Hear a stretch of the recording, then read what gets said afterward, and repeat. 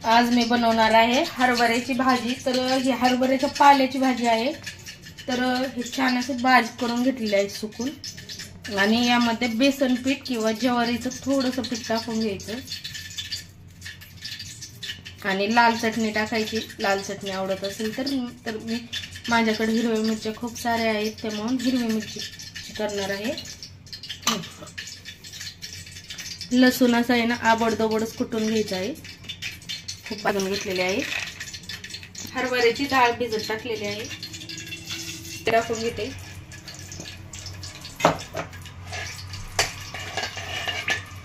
जिरे नाही टाकलं तरी चालतंय, चव आवडत असेल जिऱ्याची तर टाकून घ्यायची तेलामध्ये। लसूण टाकून घेते, जिरे छान तडतडले का लसूण टाकून घेते।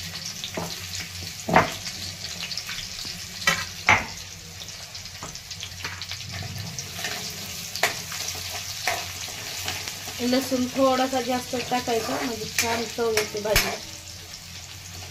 टाकलेला आहे। आता मी त्यामध्ये हिरवी मिरची टाकून घेते।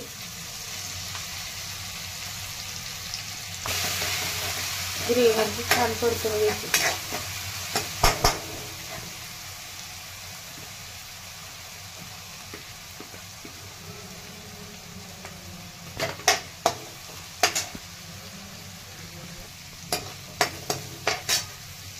चवीनुसार थोडंसं यामध्ये मीठ टाकून घेत आहे आणि भाजीमध्ये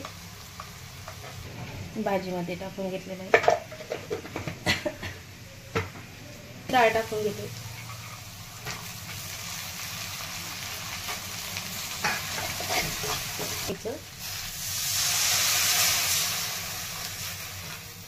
तर हिरवी मिरची मिक्सर मध्ये बारीक केलेली होती, त्याच मिक्सरच्या भांड्यामध्ये शेंगदाणे बारीक करून घेतलेले आहेत। शेंगदाणे थोडे आबडधोबडच बारीक करायचे आहेत, खूप जास्त बारीक करायचे नाहीत, तर असे केलेले आहेत। तर पाण्याला छान उकळी आलेली आहे। आता यामध्ये आपल्याला भाजी टाकून घ्यायची आहे।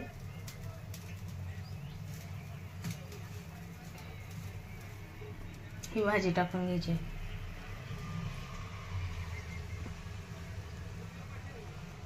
हरभऱ्याची भाजी खायला खूप छान लागते, गरगटा आणि तव्यामध्ये पण सुकी एक दिवस करून दाखवणार आहे। ही भाजी खायला खूप छान लागते।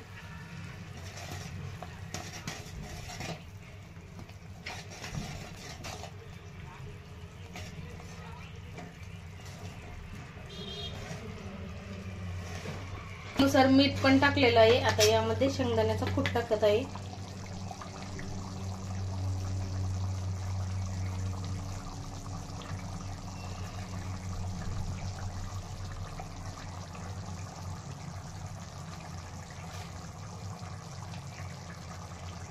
तर आपली भाजी आहे ना खाण्यासाठी तयार झालेली आहे, पाहू शकता।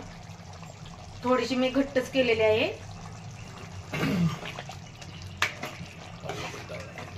हरभऱ्याची डाळ, लसूण, शेंगदाण्याचा कूट टाकून छान अशी हरभऱ्याची भाजी केलेली आहे हिरव्या मिरचीची।